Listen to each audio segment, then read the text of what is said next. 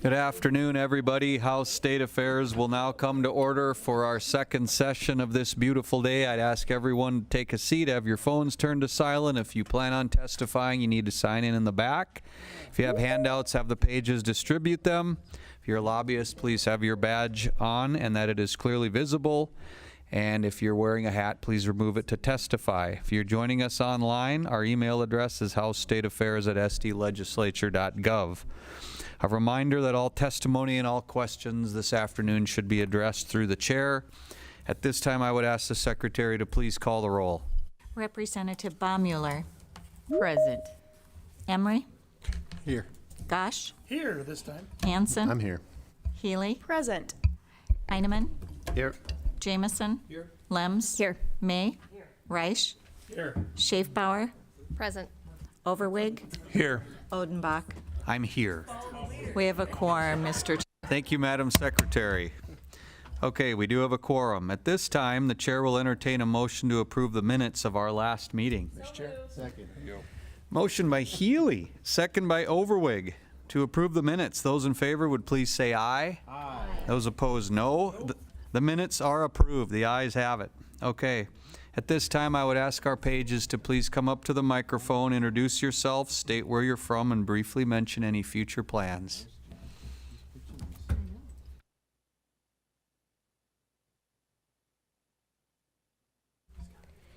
Ava Davis, Ipswich, and I plan to go to Lake Area for PTA.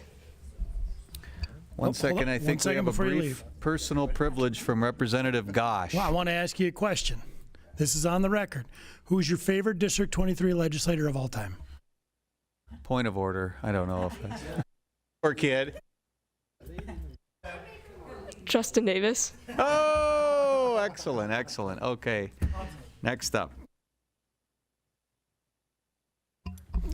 My name's Cooper Falkenhagen. I'm from Sully Beats High School, and I plan to attend Mitchell Tech for electrician or play college football.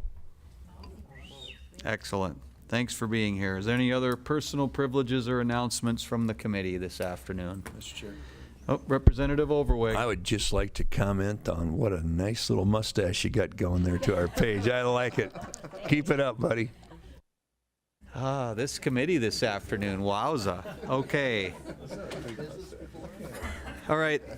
Regarding our schedule today, the chair is going to defer Senate Bill 17 until March 2nd, 2026, and that then leaves us with two bills to take up today, Senate Bill 111 and Senate Bill 114. We're going to take those in order.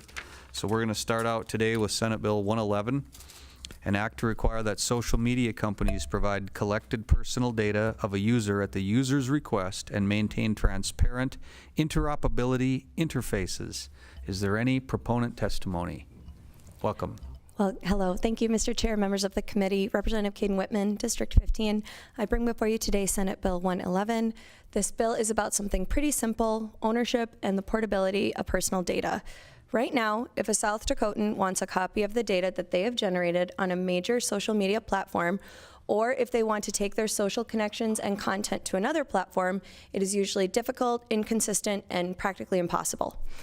SB 111 requires the largest social media companies, those with more than 100 million monthly active users, to provide a user's personal data upon request in a portable, usable format. It also requires a transparent, standardized interoperability so users can move their social graph and content if they choose. This proposal has received support from the Electronic Privacy Information Center, Mothers Against Media Addiction, and Project Liberty, all of which are organizations with different perspectives but shared agreement that users deserve meaningful rights to their own data. Utah has already passed similar legislation, which will take effect this summer, and many other states have introduced comparable bills over the first few months of 2026. South Dakota would be joining a growing national conversation. This does not regulate speech. It doesn't tell companies what content they must host. It doesn't apply to small businesses or religious organizations. It simply says South Dakotans should be able to access and transfer the data that they create. At its core, this bill begins an important discussion of who owns a person's digital information and who should control access to it. This is about consumer choice, competition, and digital property rights while still respecting privacy and security standards. With that, Mr. Chair, I was hoping the good senator would be here so I could hand it over to him, but I will remain for questions. Okay, is there any other proponent testimony in the room? Is there anybody online? Okay, then we will move on to see if there's any opponent testimony. Okay, nobody online, nobody anywhere, just Representative Whitman. So with that, we'll close public testimony and we'll move on to committee questions. Are there questions? Representative Heineman. Did I miss it, Mr. Chair? The effective date is a year from now? Do you know why? Is that for Representative Whitman? Yeah, well, whoever can answer it. It's effective beginning July 1st, 2027. Is it for implementation time, or what is it for? Do you know? Mr. Chair. To my understanding, that is for implementation time and so that we can communicate to these large organizations so that they can put processes in place. So when a user requests that data, they'll be ready to give it to them. My understanding is it's just implementation time. Okay, any other questions from the committee? Representative Hansen. Thank you, sir. I just wonder if you could sort of explain practically this inoperability thing. What does that mean? I mean, are we talking about like having a standardized way that these social media companies like can hold your private information or the data that you've generated and then you can transfer that to another social media company? Maybe you could just walk through that again. Mr. Chair. Representative Whitman. Thank you. So yes, at its core, we are talking about a standardized way for companies to communicate and to exchange user data. So to give you an example, when you switch cell phone carriers, your number comes with you. And when you email somebody on Gmail from Yahoo, it works. That's interoperability.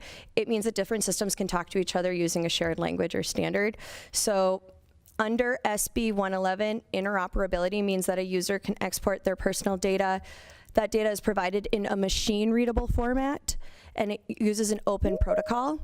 And another social media service can receive that data without special licensing or exclusive contracts. So it is about having a standardized open way for companies to exchange data at the user's request. Did I answer your question? Mr. Chair.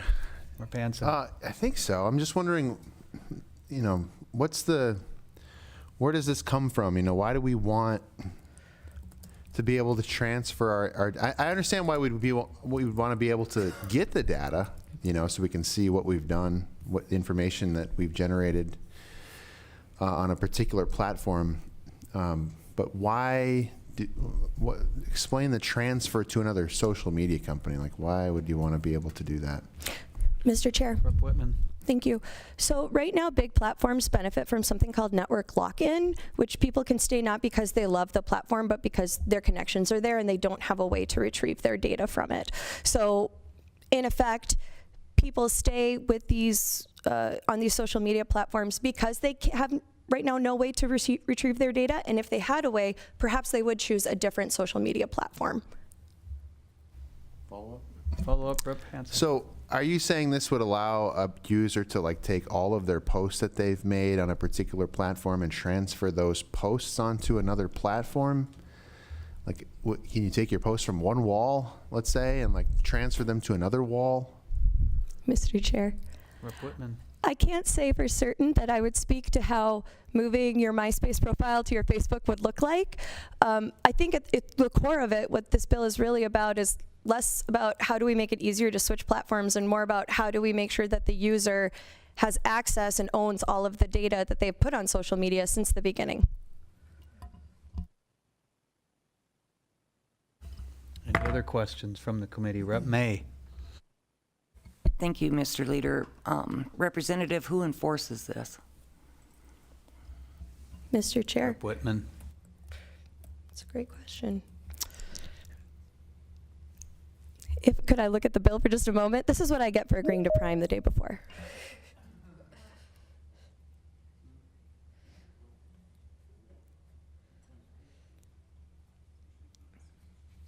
Mr. Chair, Rep. Whitman. my understanding is that as it currently stands, the Attorney General would be able to bring a civil action to enforce compliance if a user was not provided with their data upon request.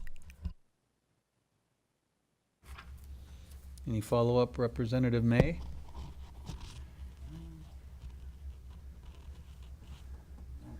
Representative Whitman, I have a question, I guess, in reading this and kind of a follow-up to Rep. Hanson's. So have these companies that were talked about where the data is being transferred around pursuant to this, they've already perfected technology to do this? I mean, this seems like a significant potential regulation of them, yet they're not here, they don't care. We've had other bills this year where they're in here, they're actively either promoting it or against it. Any indication that this is something they're opposing or that they've already figured out the tech to make this easy? It's just a question on how this works. Mr. Chair, I suppose I can't speak to that. I would point to the fact that none of them came here to oppose this bill. If anything, I would hope that these large organizations would want to see something like this go through because it would further clarify who owns that data. Although, as I say that out loud, maybe that's why they don't like it. Representative Jameson has his hand up. Go ahead, sir. It's kind of funny how when you're the only one to testify, you get all these questions. So just curious about the other states you said. There was some other state or one state. What state was that, and where are they in the process of this? Mr. Chair, Rep. Whitman. Utah did pass this earlier in their legislative session, and it will go into effect this summer.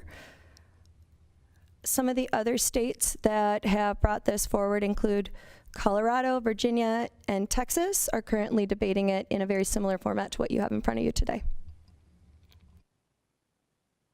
Any other questions from the committee? Representative Hanson. Thanks. I'm just looking at section 4, where we're seemingly, it makes it easier for third parties to access content created by the user. Of course, I think it's with the user's permission. It's pretty clear in there. What's the benefit of making it more simple for third parties to be able to access our information? Rep. Whitman. Mr. Chair, apologies. When you say third party, are you referring to the end user or? Mr. Chair. Well, just reading section 4, it looks like, so a social media company, et cetera, I don't want to read the whole thing, but shall implement a transparent third-party accessible interoperability interface subject to Section 3 of this Act to allow social media service users to choose to, and it says enable third parties to access content created by the user and to be notified when new or updated content is available. I'm just wondering, well, what's the rationale for that? And what's the benefit to our constituents in making it easier for third parties to be able to access our data? Mr. Chair, Rep. Whitman. I would slightly push back on that and say I don't read that as making it easier for third parties. I think we're making it easier for users to choose.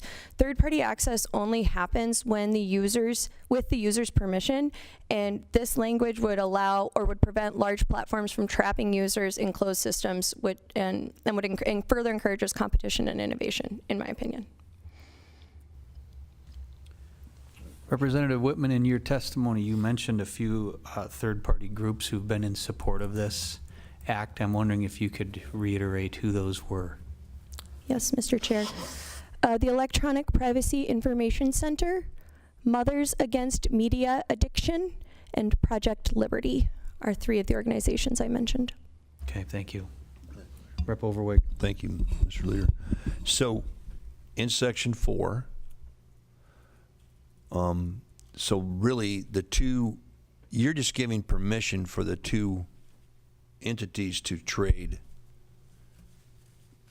for one to give your information to the other one, but you have to give permission, but they're actually exchanging it between them. It doesn't go through the user. Am I understanding that right? I'm probably not asking that question right. It said enable third parties to access content created by the user and be notified when new or updated is available. So the 2 parties will just exchange it? Is that what this bill is saying? And I'm giving them permission to do it? Mr. Chair. Yes, so in plain English, what Section 4 is doing is you can choose to let another social media service pull in your posts, like Representative Hansen asked about earlier.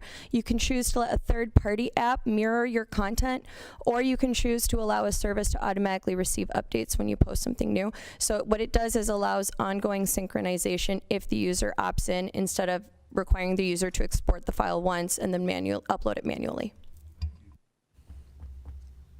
Any other? Representative Lems? For the Prime. So, you know, I'm just thinking about this. So say you have an X account and you have a Facebook account. And we're saying, well, we want to have, if I ask for my information from either one, they have to give it to me. But they also are required to have some kind of an interface that they could transfer. If they don't have that, or if it's kind of like apples to oranges, do they have to get it? Or how does that work? Mr. Chair. Whitman. So Section 4 that we were just talking about does require interoperability, which I think is what you're asking about, which requires a qualifying social media company, so again, just those ones with 100 million monthly users or more, to implement a transparent interoperability interface, and that would allow users to expose that common set of personal data. So it creates interoperability between those large social media companies. Rep. Jameson. One more question here. Question for the Prime here. Is one of your motives here to kind of, and what I was sensing from Representative Hansen's questioning is, is one of your motives here really to determine that this data is also owned by the individual, not just the company, and that by making them give it to you kind of creates that ownership, and if you didn't have access to it, I suppose, and only they had access and they could sell it, wouldn't seem right. Am I down the right path? Mr. Chair. Rep. Whitman. Yes, that is. So as it currently stands, none of us own any of the information we put on our social media platforms. That's owned by those companies. And so one of the motives for bringing this is that I believe people should control their own personal data. And if a company is profiting off of our information, we should be able to access it and move it because it is our data. It is not the company's data. So yes, you are correct. Any other questions from the committee? Representative May. Thank you, Mr. Leader. So, is there anything going on at the federal level to address this? Or are all the states just kind of trying to patchwork? Do you know? Maybe you don't know. Mr. Chair? Rep. Whitman. There are some federal level efforts right now around data portability and social media interoperability, but they have not been, it hasn't passed both chambers of Congress. It's in the very early stages of the conversation. Okay. Any other questions from the committee? Okay. Hearing no questions, then we will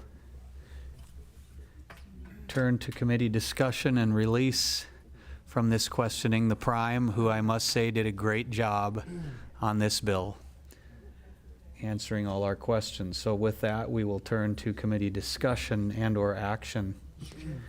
Representative Gosh. I'll move to pass. Motion by Gosh, seconded by Healy to do pass. Is there any discussion on the motion? Pretty sure we beat this horse to death. Let's just vote. Any other discussion that adds value to that motion? Representative Overweg. Thanks, Mr. Chair. Well, I'm going to support this motion. I see this, thanks to the good representative from Sioux Falls. I think he hit it close when he asked. This is a protection bill. This protects my information that's floating there in the web. I like it. It's good. It's a good bill. I'm going to vote for it. Representative Hansen. Well, okay. You know, I do see like Section 3, for example, as a good sort of protection bill for users. You know, it allows for the users to obtain their information from big tech companies. I think that's really good. I think that's important. The interoperability thing, is foreign to me. And I just am not quite there in terms of fully understanding the ramifications of basically Section 4 and beyond. So, yeah, that's my hesitation. It's, so I'm not ready to vote do pass on it quite yet. But maybe I will be by the time it gets to the floor if it makes it out of this committee, but that's where I'm at. I do appreciate all the answers to all the questions. But I'm just not sure what the whole interoperability thing is. So I'm a no for now. Thanks. Thank you. Any other discussion on the do pass motion? Representative Schaefbauer. Thank you, Mr. Chair. Thank you, Representative, for bringing this. And I think this actually is going to be good for consumers, because right now we have these huge social media platforms that they have our data, and there's certain ones that you can move a tab and it will connect from this platform to this platform to this platform. But then there's other social media platforms that you can't move the data from this platform to this platform. This wall will be taken down with this piece of legislation, so people can just move their data easily without going through the headache of, copying the link and moving it over and, doing 15 different steps. This will actually make it down to one step and easy. Thank you. Any other discussion? Okay, seeing no other discussion, then the motion is do pass on Senate Bill 111. All those in favor will say aye. Those opposed, no. The secretary will please call the roll. Representative Baumüller. Aye. Emery. Aye. Gosh. Hanson. No. Healy. Aye. Heineman. No. Pardon, you said no. Okay, Jameson. Aye. Lems. No. May. Aye. Reich. Aye. Schaefbauer. Aye. Overwig. Aye. Odenbach. Aye. We have 10 ayes, 3 nays. Thank you, Madam Secretary. After receiving a majority of members-elect, the do pass motion passes. Senate Bill 111 will be going to the floor with the do pass recommendation.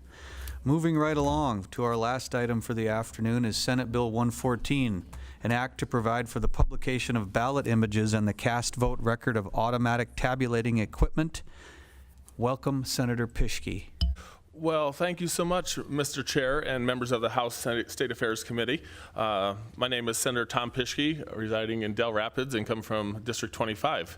Come before you today with Senate Bill 114. Just a side note, I left a very riveting debate on the Senate chambers just a little bit ago about data centers and whatnot, to come talk to you about cast vote records and why they're so important to our republic.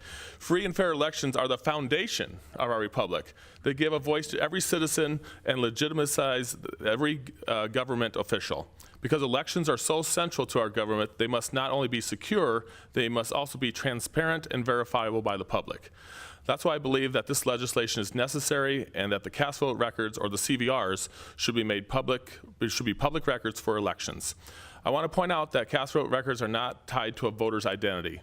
These are anonymous records showing how each ballot was interpreted by tabulation equipment, contest by contest. These records contain the underlying data that produced the election results without revealing who voted, and they are not the same as individual identifiable ballots.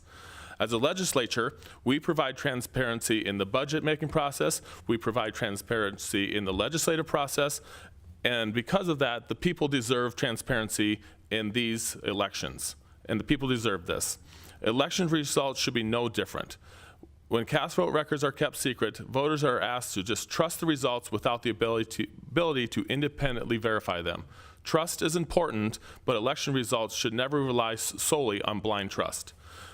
I know you guys didn't know this, but this legislation is very similar to what I had last year in Senate Bill 104 that passed out of the Senate Local Government Committee, but failed to make it beyond that point, because I had an appropriations tied to it to make it applicable to all counties. This legislation doesn't have an appropriation, and as you know, like last year, it fell into the red, and so it died. This legislation doesn't have an appropriation. It's just not asking for any general fund dollars, so we're not going to have those same hangups. In fact, this legislation is very similar to Senate Bill 48 in 2024, which was introduced by the Secretary of State. A couple side notes here. When I introduced this bill on the Senate side, the room was packed with people that were big election integrity people, the Jessica Palmos, the Rick Weibels. I hope Leah Anderson is able to testify, Mr. Chair. She notified me that she wants to, but I don't know if she's even online at this point. But auditors were in favor of this. If you check the minutes from the House side, there was a lot of people that were in favor of this legislation. So I will stand by for questions and hope for your favorable consideration. Thank you. Thank you, Senator. Is there any other proponent testimony here in the room? Okay, then we'll turn to online. I have a list of 4 who each want to give some testimony. The first is Rick Weibel. Hi, Mr. Chair. Hi, committee members. Thank you so much for today. Tom Pischke, thank you so much for reintroducing this bill. I'm Rick Weibel, representing myself from Elkton, South Dakota. I support a due pass on this bill, working with the auditors to fine tune this bill to where it is at today. I think is the right mix, and I think this is the right step forward to provide election integrity for those counties that do have the laptops today, which is just for them, and I'll stand by for any questions that the committee may have as well. So thank you so much. Thank you, Mr. Weibel. Our next proponent is Cindy Cook. Cindy Cook, can you hear us? Yes. Thank you, Mr. Chair and committee members. I'm Cindy Cook from Rapid City. I'm not a lobbyist. I represent myself. We've been fighting for a very long time for transparent elections, and we must be able to have access to the ballot images and cast vote records to be able to audit. The best example I have heard is comparing the CVRs to a bank statement. It would be like me calling my bank to get a statement and the banker telling me, you have this amount and you have to take my word for it. That's what our votes are right now, without a cast vote record or a ballot image. And the only, I just wonder why anyone really would not want this. And the only possibility that I could think of, if people don't want this, is to be able to cheat in our elections. So that's what I have to say today, and please do pass this bill. Thank you so much. Thank you, Ms. Cook. Next up is Linda Montgomery. Can you hear us? If so, state your name, who you represent, and proceed. Mr. Chair, thank you. My name is Linda Montgomery from Fairview, South Dakota. I am a due pass on this bill. We have been fighting for this for 6 years. If this would have been known and passed 6 years ago, we wouldn't have been coming out to peer as much as we have. The EAC put these CVRs and audit logs on the computer for ease of audit. By you, by the commissioners, by the auditors, and by the people.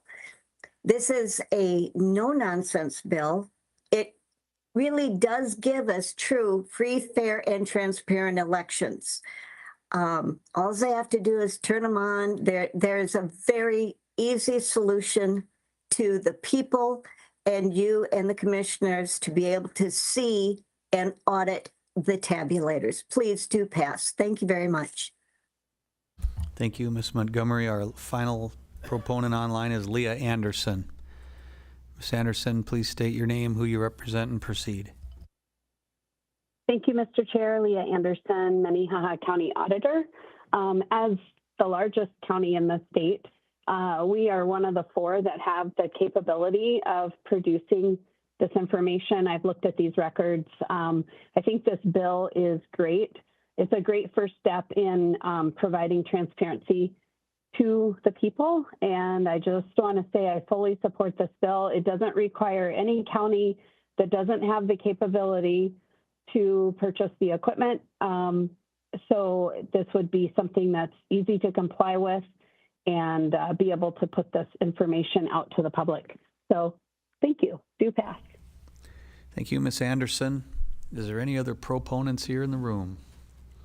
Okay, seeing none, we'll turn to opponents. Is there any opponent testimony to Senate Bill 114? Anybody online? Nobody online, so we don't get to have a rebuttal from our prime. So we'll turn to committee questions. Is there any questions from the committee? Representative Heineman. Thank you for the sponsor, please. You said you had a fiscal note with it last year, or at least there was appropriation, and that this year it isn't. They testified there's only 4 counties that are really involved in it. So how are you going to get by without having anybody create more expense? Mr. Chair? Senator Pischke. Thank you, Mr. Chair. Well, like we stated, this is only going to affect 4 counties that have the actual software to decrypt the cast vote records, which is Lincoln, Minnehaha, Davison, and Pennington. So they already have the software. We're not forcing them to spend any more money. And because of that, and I'm not asking the other counties to provide those cast vote records. If they were to buy the software at their own expense, then it would be a requirement, but it isn't at this time. Does that answer your question, Representative? So basically, the counties last year, all of them would have had to have invested in that software package, whereas this year they already have it, the 4 that do. Mr. Chair? Senator Pischke. Thank you. The bill last year had an appropriation that would have given those dollars out to the counties so that every county would have had the software to decrypt the cast vote records. I'm not making that a requirement this time. Okay. Thank you. Yep. Any other questions from the committee? All righty, then we'll turn to committee discussion or action on Senate Bill 114. Representative Heineman. I move to pass. Second. Motion by Heineman, seconded by Lems. Any discussion on the motion? No. Okay. Representative Lems. Well, I do thank the Senator Pischke for bringing this. We've seen this in a lot of states that have been asking for this for a very long time, including members of citizens of our state. So again, I mean, this is just common sense, public trust, integrity, more transparency, and accessibility to the citizens. Thank you. Any other comments, discussion on the do pass? Okay, then the motions do pass on Senate Bill 114. All in favor will say aye. Those no, the clerk will please call the roll. Representative Baumüller. Aye. Emery. Pass. Gosh. Aye. Hanson excused. Healy. No. Heineman. Aye. Jameson. Aye. Lems. Aye. May. Aye. Reich. Aye. Schaefbauer. Aye. Emery. Aye. Overweg. Aye. Odenbach. Aye.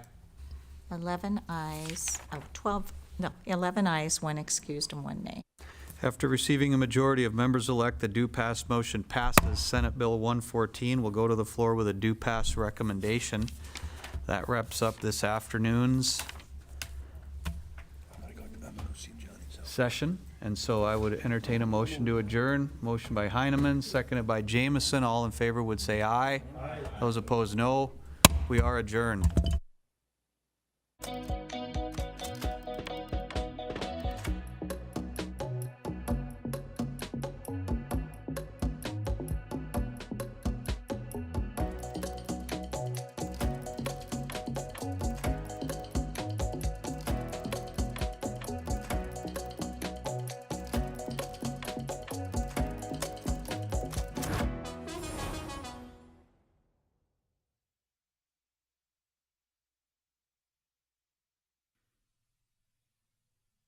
As South Dakota's public media network, SDPB serves everyone with transparency, integrity, and commitment to open access. Good, useful, and full of wonder. SDPB.